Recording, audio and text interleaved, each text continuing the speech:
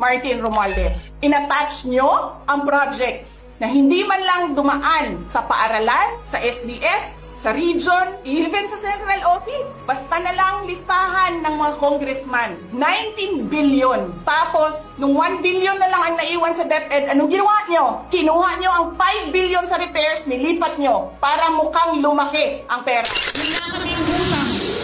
Davao City is debt-free.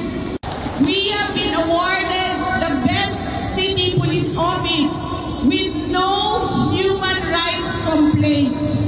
And we brought down the decades-long guerrilla movement in Pakibatot District in 4 years.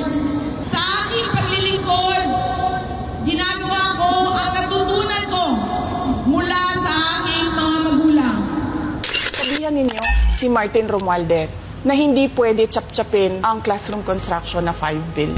Hindi nga ako pumayag na kunin yung 5 billion. Dinagdagan nila ng 10 billion yung classroom construction ng Department of Education. Yung 10 billion na yon hindi kontrolado ng Department of Education. Controlled yon ni Congressman Zaldico at Congressman Martin Romualdez. Hindi ko na kailangan ng corroborative witness dito dahil makikita nyo yon sa papel. Makikita ng taong bayan yon sa papel. 5 billion, lumabas ang budget approved, 15 billion. So maiintindihan niyo, 'di ba? Bakit pa tayo magbo-budget hearing para sa Office of the Vice President? 2 tao lang naman ang nasusunod sa budget ng bayan natin. Pantay-pantay ang pagtingin at pagtrato sa isa't isa.